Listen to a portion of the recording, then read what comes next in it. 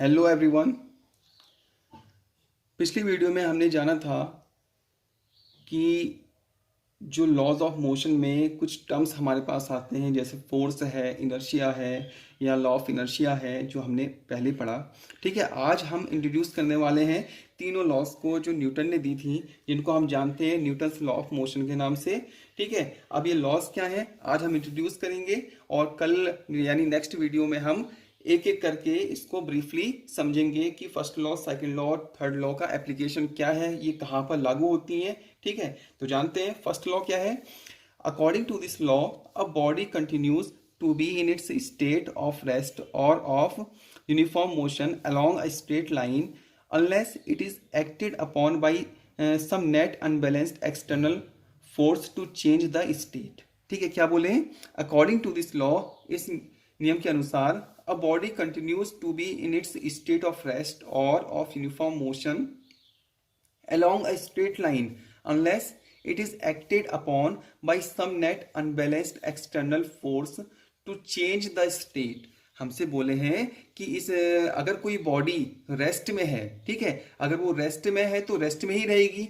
अगर वो uniform motion कर रही है, यूनिफॉर्म मोशन कहने का मतलब ये है कि स्ट्रेट पाथ में अगर वो सेम वेलोसिटी से आगे को बढ़ रही है तो वो उसी वेलोसिटी से आगे को बढ़ती रहेगी।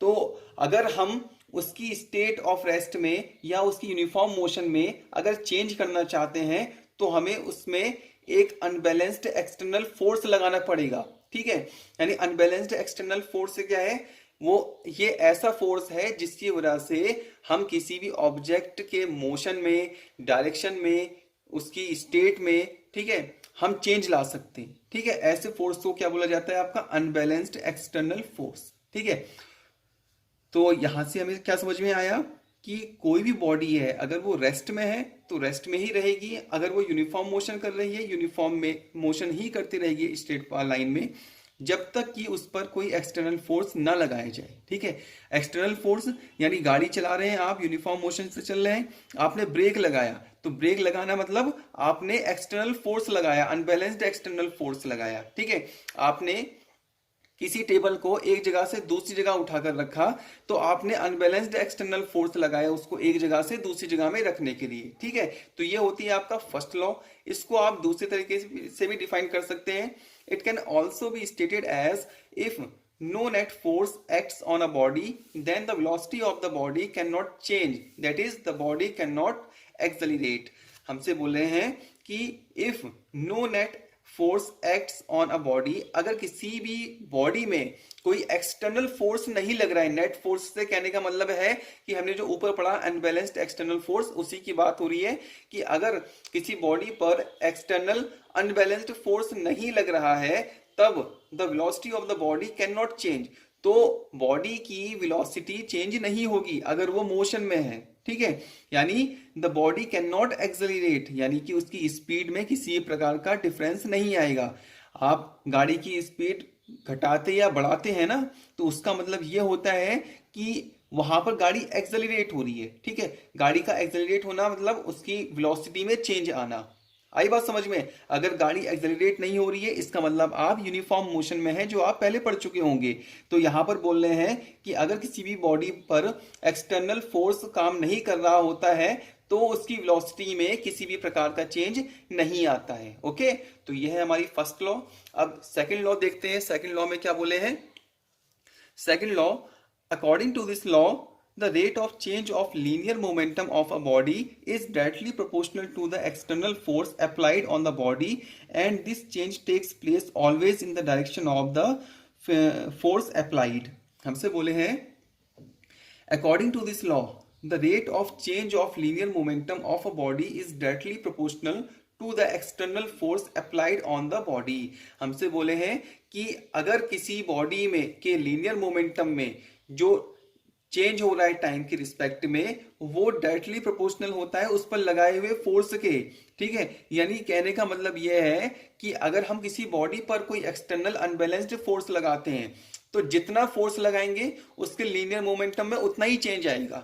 ठीक है, जितना ज्यादा लगाएंगे उतना ही उसका लीनियर मोमेंटम बढ़ जाएगा, अगर जितना कम लगाएंगे उतना ही उसका लीनियर मोमेंटम कम हो जाएगा। ठीक है, यानी जो रेट है हमारे पास लीनियर मोमेंटम और टाइम का जो रेशियो है ये आपका फोर्स पर डिपेंड करता है कि आप कितना फोर्स लगाते हैं। ठीक है, फिर आगे क्या बोल रहे हैं, this change takes place always in the direction of the force applied. ये जो चेंज हमें देखने को मिलता है, ठीक है, ये किस डायरेक्शन में देखने को मिलता है, ये हमें फोर्स की डायरेक्शन में देखने को मिलता है। जिस डायरेक्शन में हम फोर्स लगाते हैं उसी डायरेक्शन में लीनियर मोमेंटम में चेंज देखने को मिलता है हमें। ठीक है, यानी हमने आगे की ओर को किसी गाड़ी को धक्का दिया या किसी भी चीज को आगे की ओर को फेंका तो जो लीनियर मोमेंटम में जो चेंज होगा वो भी हमें आगे की ओर को देखने को मिलेगा। ठीक है, यानी जो बॉल है या फिर कोई सामान है जिसको हम फेंक रहे हैं वो उसी उसी डायरेक्शन में हम चेंज देखेंगे जिस डायरेक्शन में आपका एक्सटर्नल फोर्स काम कर रहा है। ठीक है, इसको आप ऐसे भी डिफाइन कर सकते हैं, it can also be stated as the net force on a body is equal to the product of mass of the body and acceleration of the body. यानी यहाँ पर क्या बोल रहे हैं कि जो नेट फोर्स हम अप्लाई करते हैं किसी बॉडी पर, किसी बॉडी में हमने जो फोर्स लगाया वो डिपेंड करता है आपका मास और एक्सेलरेशन पर।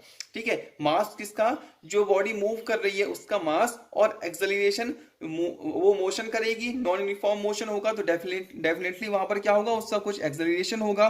तो ऐसी सिचुएशन में जो फोर्स होता है वो मास और एक्सेलरेशन का प्रोडक्ट होता है। ठीक है, यानी कि force equal to mass into acceleration. ठीक है, अब फोर्स को हम एफ से डिनोट करते हैं, मास को एम से डिनोट करते हैं और एक्सेलरेशन को ए से डिनोट करते हैं। तो हमें यहां से एक फॉर्मूला मिलता है F equal to M A. Okay, तो यह है आपकी सेकंड लॉ।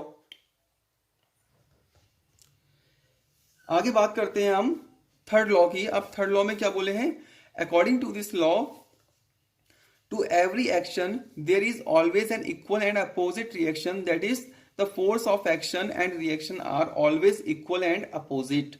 ठीक है, अब थर्ड लॉ के अकॉर्डिंग ये बोला जा रहा है कि एवरी एक्शन, ठीक है, एवरी एक्शन से कहने का मतलब ये है कि अगर आप किसी बॉडी पर फोर्स लगा रहे हैं, ठीक है, तो आप किसी बॉडी पर फोर्स लगा रहे हैं तो वो बॉडी क्या करेगी, रिएक्शन करेगी, यानी उतना ही फोर्स अपोजिट डायरेक्शन में लगाएगी। हमने आगे की ओर को अगर फोर्स लगाया तो वो पीछे की ओर को उतना ही फोर्स लगाएगी जितना मैग्नीट्यूड का फोर्स हमने लगाया है। ओके, तो जो हमने फोर्स लगाया उसे एक्शन बोला जाता है और जो उसके अपोज में जो रिएक्शन हुई, ठीक है, यानी जो दूसरी बॉडी ने हम पर फोर्स लगाया उसे रिएक्शन बोला जाता है। ओके, तो क्या है इसका कहने का मतलब, according to this law to every action there is always an equal and opposite reaction.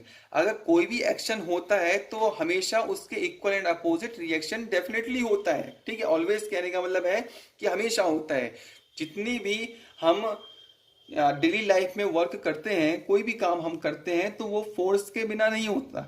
ठीक है, वो अलग बात है कि जो फोर्स होता है वो डिफरेंट फॉर्म में होता है, बट बिना फोर्स के कोई भी काम पॉसिबल नहीं है। ठीक है, इसीलिए ये तीनों की तीनों लॉज दी गई हैं कि इनको हम जाने पहचाने, ये कहां कहां पर अप्लाई हो रही हैं, इनकी एप्लीकेशंस क्या है, सारी चीजें हम इनके बारे में जाने। ठीक है, तो इसको हम ऐसे भी डिफाइन कर सकते हैं, देखें, it can also be stated as when two bodies interact, the forces on the bodies from each other are always equal in magnitude and opposite in direction। ठीक है, हमारे पास टू बॉडीज हैं। ठीक है, ये जो टू बॉडीज हैं, इस अगर ये दोनों क्या करती हैं, इंटरेक्ट करती है, टकराती हैं आपस में, या फिर इनके बीच में कुछ फोर्स लगता है, तो दोनों बॉडीज एक दूसरे पर इक्वल एंड अपोजिट फोर्स लगाती हैं। यानी पहली बॉडी दूसरे पर जितना फोर्स लगाएगी, दूसरी बॉडी उतना ही फोर्स पहली बॉडी पर लगाएगी, बट अंतर ये होगा कि डायरेक्शन दोनों की अपोजिट होंगी। यानी कि अगर पहली बॉडी आगे की ओर को फोर्स लगा रही है, ठीक है, तो दूसरी बॉडी पीछे की ओर को फोर्स लगाएगी। समझ गए? तो ये है हमारी थर्ड लॉ। आई होप कि आपको तीनों लॉज समझ में आई होंगी। That's all for today. Thank you so much.